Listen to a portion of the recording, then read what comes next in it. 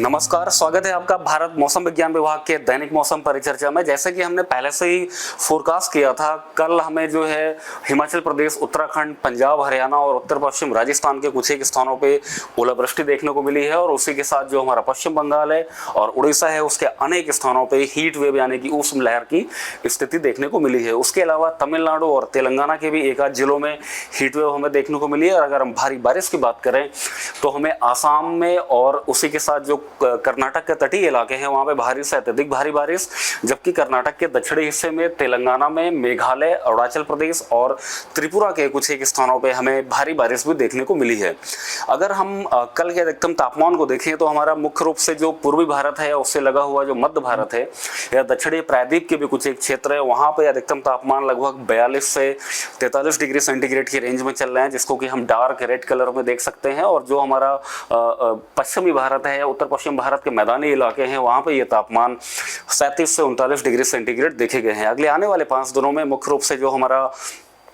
पूर्वी भारत है वहाँ पे 2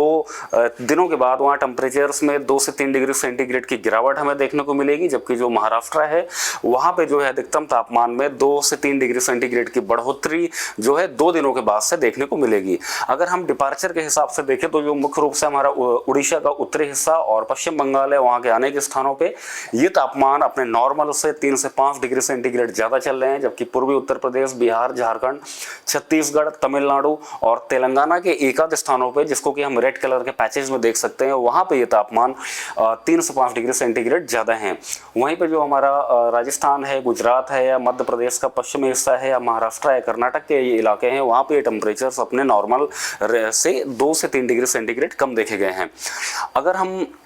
अगले आने वाले 5 दिनों में हीट वेव की बात करें तो मुख्य रूप से जो हीट वेव है वो हमारा पूर्वी भारत में अगले 2 दिनों तक देखने को मिलेगी। 2 दिनों के बाद भी वहाँ पे हीट वेव की स्थिति बनी रहेगी, लेकिन उसमें हमें काफ़ी ज़्यादा राहत मिलने वाली है। अगर हम सबसे पहले पश्चिम बंगाल की बात करें तो पश्चिम बंगाल में अगले 2 दिनों तक हीट वेव की स्थिति अनेक स्थानों पर लगातार हमें देखने को मिलती रहेगी और कुछ एक स्थानों पर सीवियर हीट वेव भी देखने को मिलेगा। 22 तारीख के बाद से वहाँ पे हीट वेव में यानी कि टेम्परेचर्स में थोड़ी सी गिरावट होगी, जिसके चलते जो है हीट वेव एक आध जिलों में ही सिर्फ हमें देखने को मिलेगी। वहीं पे अगर हम उड़ीसा की बात करें तो हमें आज वहां पे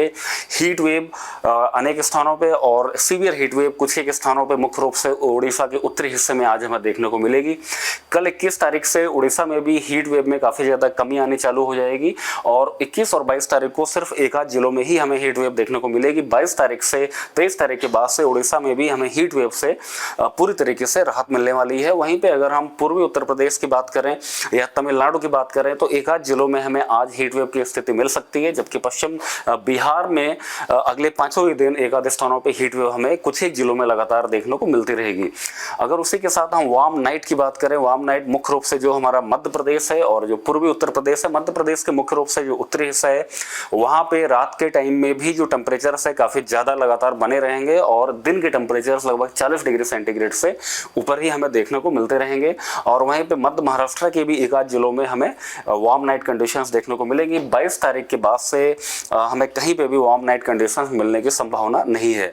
अगर हम आज के मुख्य सिनॉप्टिक फीचर्स की बात करें तो हमारा जो पश्चिमी विक्षोभ है वो पाकिस्तान उससे लगा हुआ है जम्मू कश्मीर है वहां पर देखा जा सकता है। एक सर्कुलेशन हरियाणा के ऊपर बना हुआ है, उत्तर पूर्वी राज्यों में एक सर्कुलेशन आसाम के ऊपर और एक ट्रफ रेखा भी है जो कि बिहार से लेकर के ये सर्कुलेशन तक देखी जा सकती है, जो कि आसाम, सिक्किम और इन सब क्षेत्रों से होकर गुजर रही है। दक्षिणी प्रायद्वीप में एक ट्रफ रेखा कर्नाटक से लेकर के तमिलनाडु के दक्षिणी हिस्से में और एक और ट्रफ रेखा है जो कि हमारा मध्य भारत के विदर्भा से लेकर के हमारा गोवा तक देखी जा सकती है। इन सभी सिनॉप्टिक फीचर्स के चलते अगर हम सबसे पहले ओलावृष्टि की बात करें तो मुख्य रूप से हमें तेलंगाना के कुछ एक इलाकों में आज ओलावृष्टि देखने को मिल सकती है। हालांकि आज के बाद कहीं पे भी अगले 5 दिनों तक हमें ओलावृष्टि मिलने की संभावना नहीं है। अगर हम भारी बारिश की बात करें तो हमारा जो उत्तर पूर्वी राज्य है वहां पे भारी बारिश का दौर मुख्यतः अरुणाचल प्रदेश और आसाम और मेघालय में अगले 5 ही दिन लगातार हमें देखने को मिलता रहेगा, जबकि जो हमारा नागालैंड और मणिपुर है वहां पे 20 तारीख और 21 तारीख को कुछ एक स्थानों पे भारी